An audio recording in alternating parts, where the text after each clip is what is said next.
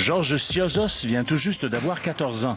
Gagnant l'année dernière d'un important tournoi aux États-Unis, il s'est qualifié pour le championnat mondial des adolescents qui aura lieu en Caroline du Nord à la fin juillet. Laurie Paradis, 18 ans, vient d'obtenir une bourse pour aller étudier et jouer au golf avec l'université Fresno State en Californie.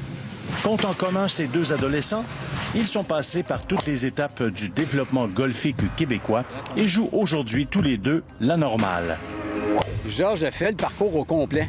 Ça veut dire de l'initiation, les camps de jour, les cliniques de supervision. Il a commencé à jouer au golf, je pense qu'il a commencé avant de marcher. Vers 3-4 ans, c'est quand j'ai commencé à jouer, puis plus vers 7-8 ans, j'ai commencé à le prendre compétitif. Laurie a aussi eu la piqûre dès le départ. À 8 ans, son inscription au camp de jour en compagnie de sa sœur aînée a donné une trajectoire bien spéciale à sa vie. Au début, on était inscrits juste pour la première semaine, mais après la première journée, on a voulu faire toutes les 6 semaines. Elle a commencé du début avec la formation des camps juniors. Après ça, elle a fait le programme Espoir, le programme Relève au Mirage. Elle a fait le programme Perfectionnement. Et après ça, elle est entrée en sport-études. La dernière trappe, le point à gauche. Implanté il y a une vingtaine d'années via le programme Sport-études, le golf est maintenant enseigné dans 14 écoles à une centaine d'étudiants du secondaire. Le sport-études, c'est un programme qui est voué vers l'excellence. Donc, ils sont pris en charge durant l'hiver, durant le printemps et l'automne. Et ensuite, ils sont suivis en compétition l'été. Fait que, donc, ils sont encadrés pratiquement 12 mois par année. Tu vises quoi? La qualité des entraîneurs a également un grand rôle à jouer dans l'amélioration des jeunes golfeurs du Québec. Leur formation est plus poussée qu'auparavant et elle leur permet de tirer les jeunes vers le haut. C'est vraiment là que j'ai vu mon jeu vraiment s'améliorer. On frappait tous les après-midi. L'hiver, c'était de midi à 3 heures. L'été, c'était de 1 heure à 5 heures. Fait qu'on pratiquait beaucoup. Évidemment, tous les intervenants du milieu sont d'accord. L'enfant doit avant tout s'amuser et les parents doivent les laisser jouer sans leur imposer de pression. Mon père m'a toujours dit que la journée que j'aimais plus le golf, de lâcher, si c'est ce que je veux, vraiment, là, si je regretterai pas mon choix plus tard. À mon âge, si j'ai pas de fun, je voudrais pas continuer à jouer.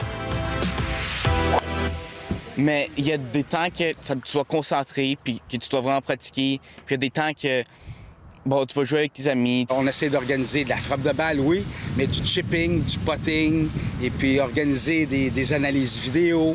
Mais je terminais toujours les entraînements la dernière demi-heure lorsqu'ils sont fatigués un petit peu.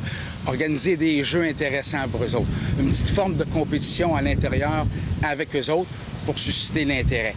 Si il perd un petit peu l'intérêt, sans nécessairement dire qu'on ne veut pas le pousser, il faut l'écouter. Bon, ça? Oui. Des fois, un jeune à 12-13 ans peut dire « j'en fais plus », puis il revient à 14-15, puis il performe. J'ai vu ça. C'est pas parce qu'on arrête à 13 ans que notre carrière est terminée.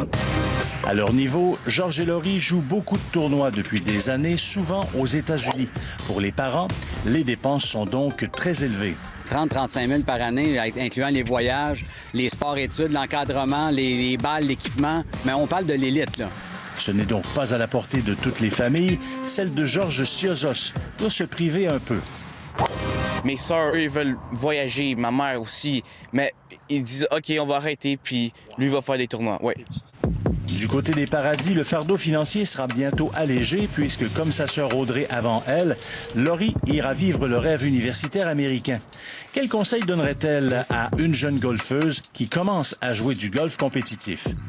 Je te dirais que si tu es en compétition un moment donné puis que tu as un trou qui va pas comme tu veux, c'est pas grave. Parce que moi, j'ai eu souvent des trous quand j'étais jeune, que, oh mon Dieu, c'était la fin du monde, puis oh mon Dieu, ma carrière de golf est terminée parce que j'ai une mauvaise ronde, mais c'est vraiment pas le cas. Puis pour être honnête, j'ai pas tout le temps bien joué, j'ai pas eu tout le temps des bonnes saisons, puis je suis en plein où est-ce que je veux être en ce moment. Fait que faut pas s'accrocher aux petits détails. Michel Chabot, Radio-Canada, Montréal.